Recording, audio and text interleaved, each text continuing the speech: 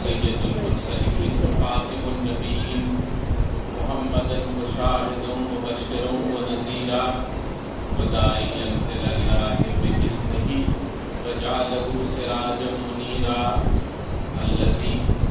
الذین اذهب اللہ عنهم الرجس اہل البیت ویطہرهم تطہیرا.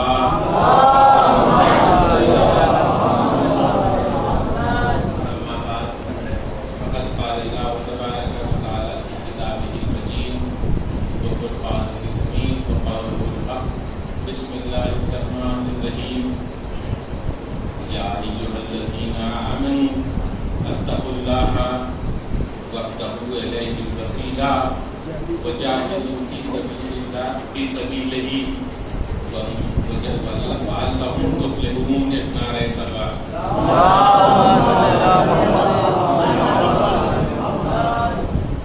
ارباب فہم، اس سے پہلے کہ آیہ کریمہ کے ذیل میں کچھ معروضات آپ حضرات کے سامنے پیش کروں، آپ حضرات سے التماس ہے کہ ہمارے وہ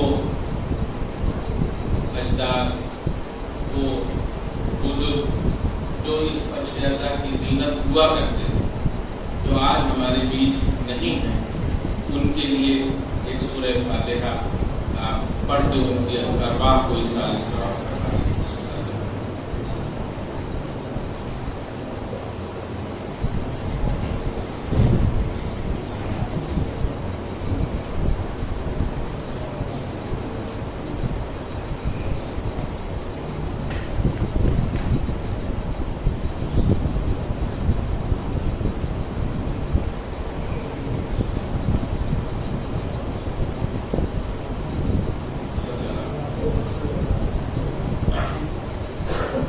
باتیں ہمارے یہاں جن کا شرع سے کوئی تعلق نہیں ہے، لیکن وہ ایسا مروج ہو جاتی ہیں معاشرے میں کہ ان کی نوعیت کسی شرعی امر سے زیادہ ہو جاتی ہے.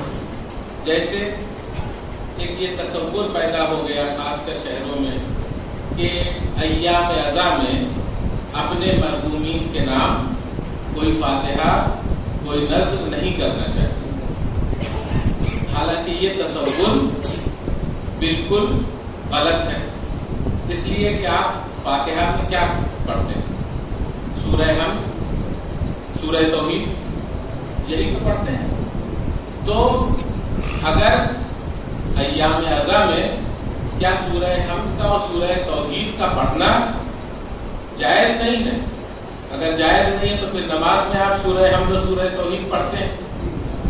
اور وہ ہمارے مرحومین، وہ ہمارے والدین جو اس دنیا میں نہیں ہیں اور جن کی دیرینہ تمنا تھی اس فرش اعضاء میں شامل ہونے کی، جو اس فرش اعضاء کی زینت تھے اور اس کی بقا میں ان کا برابر کا حصہ تھا، تو اگر ہم ان کو اس فرش اعضاء پر آنے کے بعد یاد نہ کریں اور کم سے کم ایک سورہ فاتحہ سے ان کو یاد نہ کریں، تو جن کی یہ تمنا تھی کہ ہمیں اس میں شمولیت کی جائے، ہمیں اسے شریک کیا جائے، ہم اگر اپنے عمل سے ان کو فراموش کر دیں گے تو یہ ان کے حق میں ایک بہتر بات نہیں ہوگی. درود بھیج دیجیے.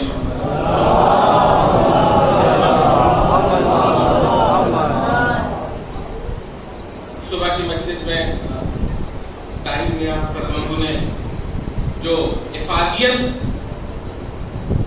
اس عزاداری کی بیان کی، تو یقیناً یہ سمجھ لیجئے کہ عزاداری وہ سرمایہ ہے.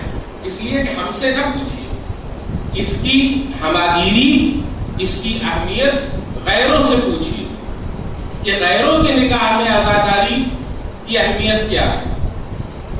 جب ایران میں انقلاب آیا اور جب اتنے لوگ شہید ہو گئے اور وہ مائیں جنہوں نے اپنے گود کے بالوں کو اس انقلاب کے لیے قربان کر دیا، تو پوری دنیا حیرت انگیز، پوری دنیا مبتلا حیرت تھی حیرت میں مبتلا تھی کہ آخر یہ کون سا جذبہ ہے کہ جو ان کو موت سے ڈر نہیں لگتا. تو جب اس کے اوپر ریسرچ کی تو ایک امریکی جو جاسوسی ایجنسی ہے, اس جاسوسی ایجنسی کا سربراہ جس کا نام ہیمفرے ہے, ہیمفرے کی ڈائری آپ پڑھیے تو ہیمفرے کی ڈائری نے یہی لکھا, کہا کہ یہ انقلاب ایران کی روح جو ہے وہ انقلاب ایران کی روح ہے کربلا, اس لیے کہ وہ قوم کہ جن کے دلوں کے اوپر کربلا چھائی ہو وہ قوم کبھی موت سے مرعوب نہیں ہوتی ہے. جن کے دلوں پر کربلا کا سایہ ہو, جن کی تربیت زیر واقعہ کربلا ہوئی ہو, ماں نے ڈوریوں میں سنا کر کے کربلا کی کہانی سنائی ہو, تو وہ موت سے کبھی خائف نہیں ہو سکتی ہے وہ قوم. تو کہا کہ اچھا یہ کیا کربلا کا واقعہ کیا ہے؟ تو ہیمفرے لکھتا ہے کہ یہ آج سے 1400 سال پہلے ایک واقعہ ہوا تھا جہاں اس بے دردی کے ساتھ نواسہ رسول کو قتل کر دیا گیا تھا, اور اسی کا اثر ہے اس قوم کے اوپر آج تک مرتب ہے, جس کی وجہ سے یہ قوم کبھی موت سے نہیں ڈرتی. حق پہ جاتا ہے, حق پہ قائم رہنے کے لیے ان کو کسی خوف کا تصور نہیں ہوتا, ان کو کسی طمع کا تصور نہیں ہوتا ہے. تو کہا کہ اچھا یہ دنیا میں تو آج کوئی واقعہ رونما ہوا ہوتا ہے, چند سالوں بعد لوگ اسے بھول جاتے ہیں, لیکن یہ کون سا واقعہ ہے کہ جس کو گزرے ہوئے 1400 سال گزر گئے لیکن اس کی نوعیت اور اس کی جلا, اس کی روشنی آج تک باقی ہوئی.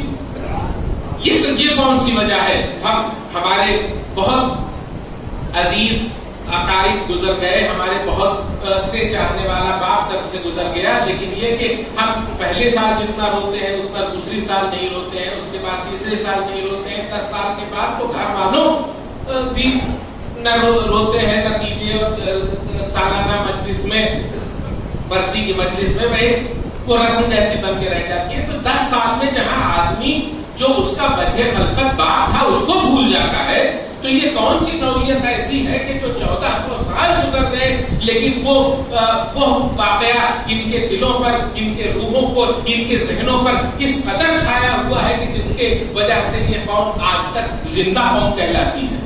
تو انہوں نے کہا نہیں, بات تو ہے وقت ان کے اوپر بھی اثر انداز ہوتا ہے, لیکن ان کے اوپر وقت کیوں نہیں اثر انداز ہوتا ہے؟ یہ ہیمفرے لکھتا ہے ان کے اوپر وقت اس لیے اثر انداز نہیں ہوتا, وقت کی بھول ان کے آئینوں کو اس لیے نہیں گندا کرتی ہے, اس لیے کہ ان کے پاس ایک چیز ہے, ایک فیسٹیول ہے, ایک تہوار ہے جسے مناتے ہیں جس کا نام ہے محرم. تو ہر سال جتنی بھی سال بھر کی ان کی یادداشت میں کوتاہی پیدا ہوتی ہے, یہ ہر سال ایک سال محرم کا ایک مہینہ ایسا آتا ہے کہ یہ اپنی بیٹری کو اس محرم نامی جنریٹر سے اس طرح سے چارج کر لیتے ہیں کہ یہ قوم پھر پوری طرح سے جو ہے وہ قوم ہے.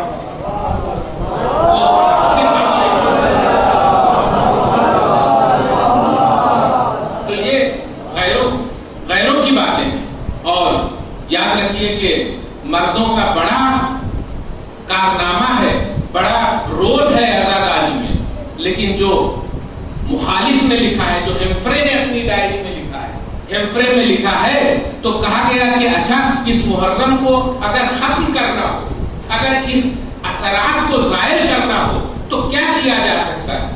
کہا کہ نہیں, محرم کبھی ختم نہیں ہو سکتا, اس لیے کہا کہ جب تک اس قوم کی عورتیں زندہ ہیں محرم کو ختم نہیں کیا جا سکتا, آزاداری کو ختم نہیں کیا جا سکتا.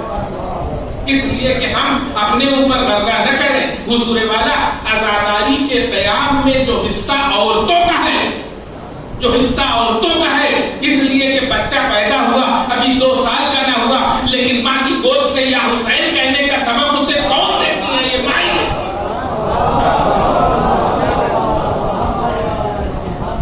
ہے. یہ ماں کے آغوش سے اسے آزاداری سکھائی جاتی ہے.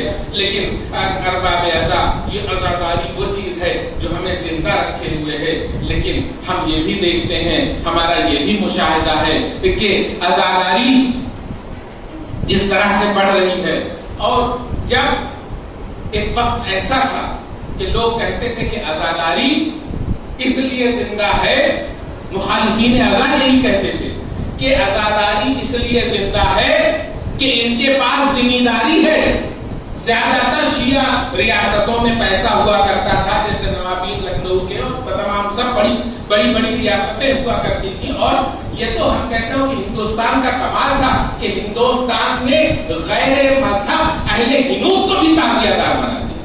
مہاراجہ گوالیر کا تعزیہ امام باڑہ اتنا مشہور، مہاراجہ سیاجی راؤ کا بڑودہ کا امام باڑہ اتنا مشہور. تو کتنے ہندو راجا ریاستیں ایسی تھیں کہ جو پورے انعامات کے ساتھ عزاداری کیا کرتی، ان کے یہاں باقاعدہ امام باڑہ موجود. تو اب یہ عزاداری کہ اس طرح سے عزاداری، اور اس عزاداری کو یہ تصور تھا کہ ان کے پاس پیسہ ہے اس لیے عزاداری چل رہی ہے، یہ پیسے کے زور پہ عزاداری ہو رہی ہے. تو مخالفین عزا اس وقت یہ کہا کرتے تھے، عزاداری کے دشمن یہ کہا کرتے تھے کہ ادھر ذمہ داری گئی ادھر عزاداری ختم.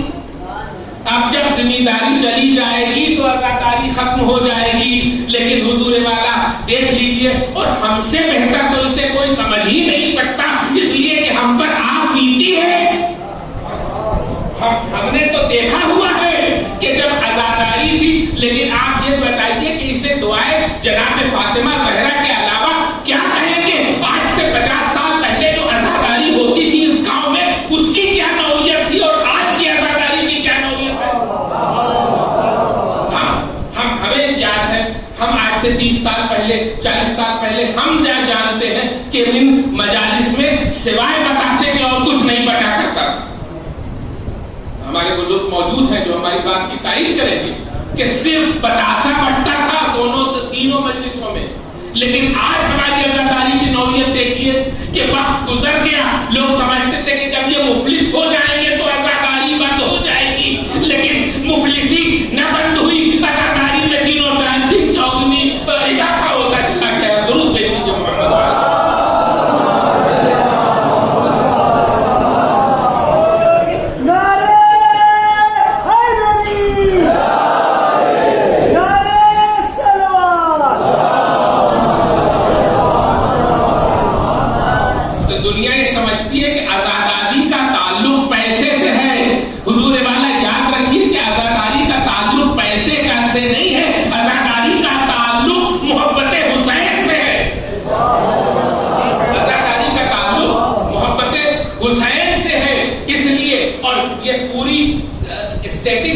یہ پورا اخباروں میں چھپا ہوا ہے کہ نام حسین پہ خرچ کرنے والے مالدار صرف 5% ہیں اور نام حسین پہ خرچ کرنے والے غربا 95% ہیں. تو نام حسین پہ جو خرچ کرتے ہیں وہ غریب خرچ کرتے ہیں. تو یہ کون سا جذبہ ہے جو انہیں متحرک کیے؟ یہ کون سا جذبہ ہے جو انہیں متحرک کیے ہوئے ہے؟ اور یہ آپ سمجھ لیجئے. لیکن ارباب ایسا کہ ہم یہ دیکھتے ہیں کہ عزاداری میں وہ جو ہمارے اندر خلوص ہے وہ دن بدن کم ہوتا چلا جاتا ہے. اس عزاداری کی اہمیت کو ہم اور آپ سمجھیں. ہم کیا، اور ہم نے کہا تھا کہ اپنے کیا ہمارے یہ، اگر ہم یہ کہیں آپ کے سامنے، سمجھ لیجیے مفروضہ طور پہ کہ یہ شیعہ حضرات کا ایک گھوسلہ ہے. وہ یہ کہتے ہیں کہ فرش ازا پر معصومہ کونین آتی ہیں، رسول اللہ آتے ہیں، ہمارا امام حاضر آتا ہے. تو یہ غلط تصور ہے. تو اگر کوئی ذاکر یہ اس طرح کے عقائد منبر سے بیان کرنے لگے تو سامعین کا دل چاہے گا کہ اس ذاکر کو ٹانگ پکڑ کے منبر سے کھینچ لیں کہ تم غلط کہہ رہے ہو. لیکن آپ سچ اپنے دل پہ ہاتھ رکھ کے بتائیے کہ کیا ہم جب فرش ازا پہ بیٹھتے ہیں تو اسی ادب و احترام کے ساتھ بیٹھتے ہیں؟ جو بات آپ کسی ذاکر کے زبان سے سننا نہیں چاہتے ہیں وہی بات آپ اپنے عمل سے ثابت کرتے ہیں. یہ بڑی تلخ بات ہے جو میں آپ کے سامنے پیش کر رہا ہوں. کیا آپ کو پتا ہے، کیا ہم اس تصور کے ساتھ آتے ہیں کہ نہ جانے ہمارے پہلو میں امام بیٹھے ہو؟ ہمارے پہلو میں شاہزادی کونین کہیں بیٹھی ہو اس فرش ازاں؟ ہمارے علماء نے، ہمارے فقہاء نے یہ بات لکھی ہے، کتابوں میں لکھی ہوئی ہے کہ ان مجالس میں فاطمہ زہرا صلوات اللہ علیہ تشریف ہمارا امام وقت کا امام تشریف لاتا ہے، تو کیا ہمارا جس طرح جس سنجیدگی کے ساتھ اور جس عقیدت کے ساتھ ہم کو فرش ازاں پر ہونا چاہیے، کیا وہ عقیدت ہمارے اندر پائی جاتی ہے؟ اور کیا ہم اس فرش ازاں کو، کیا ہم اس مجلس حسین کو بحیثیت عبادت سنتے ہیں، بحیثیت عبادت پاتے ہیں؟ میں کہتا ہوں کہ کتنے آدمی ہوں گے، اور میں صرف چونکہ آپ کے سامنے بات کر رہا ہوں اس لیے تخاطب آپ سے ہے، ورنہ میرا تخاطب پوری شیعہ نسل سے ہے، اس لیے کہ یہ سمجھ لیجئے کہ کیا ہم کتنے آدمی ہوتے ہیں جو مجلس میں آتے ہیں وہ باوضو آتے ہیں؟ یعنی اگر آپ کا یہ تصور ہے کہ ہم عبادت کے لیے جا رہے ہیں تو باوضو ہو کے آنا چاہیے فرش ازاں۔ یہ فرش ازاں کا تقدس اس بات کا متقاضی ہے کہ یہاں جو آئے وہ باوضو ہو گیا ہے، اس لیے کہ یہاں ائمہ بھی آتے ہیں، وہ ہمارے پہلو میں رہتے ہیں، ہماری نگاہیں انہیں دیکھ نہیں سکتی ہیں، لیکن ہم اگر نماز کے لیے جائیں، ایک عبادت ایسی ہے تو نماز بھی لاوضو ہو نہیں سکتی، تو اس کا مطلب اگر ہم جیسے کپڑے پہنے ہیں، جس حالت میں ہیں، آ کے فرش ازاں پہ بیٹھ گئے تو یقیناً ہم اپنے عمل سے یہ ثابت کر رہے ہیں کہ ہم مجلس کو عبادت کر کے نہیں سنتے ہیں، ہم ایک رسم کے ذریعے اس کو سنتے ہیں۔ درود بھیج دیجیے محمد والے۔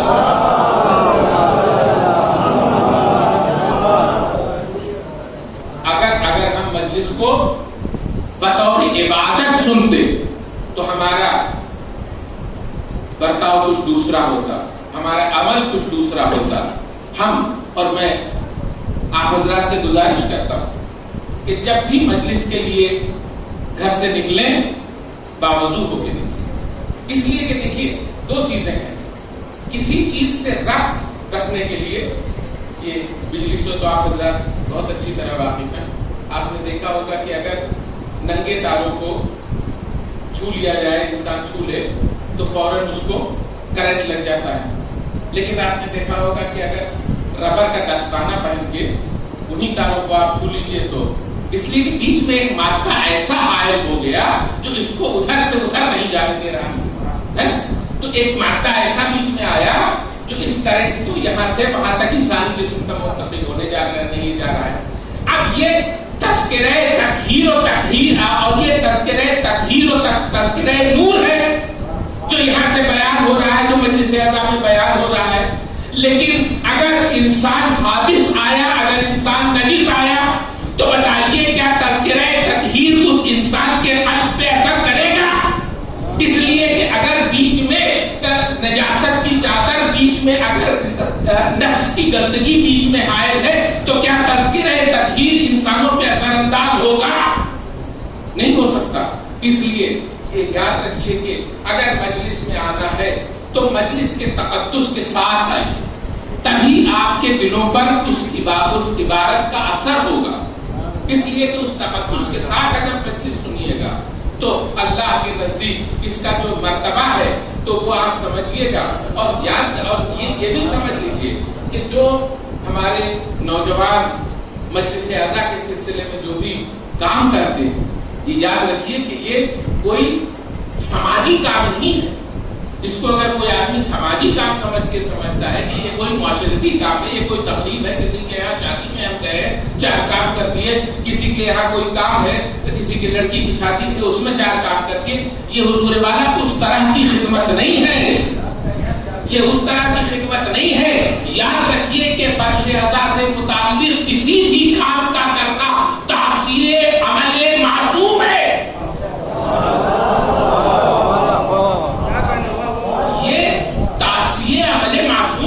اس لیے کہ جب ہمارا 8واں امام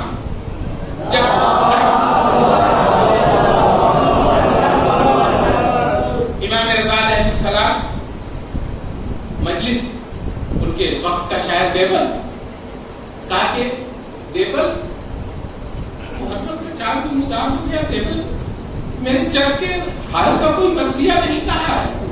دیکھیے یہ تمنا ہے امام کے دل میں کہ جب محرم کا چاند نمودار ہو جائے تو میرے جگ کا تذکرہ ہونا چاہیے.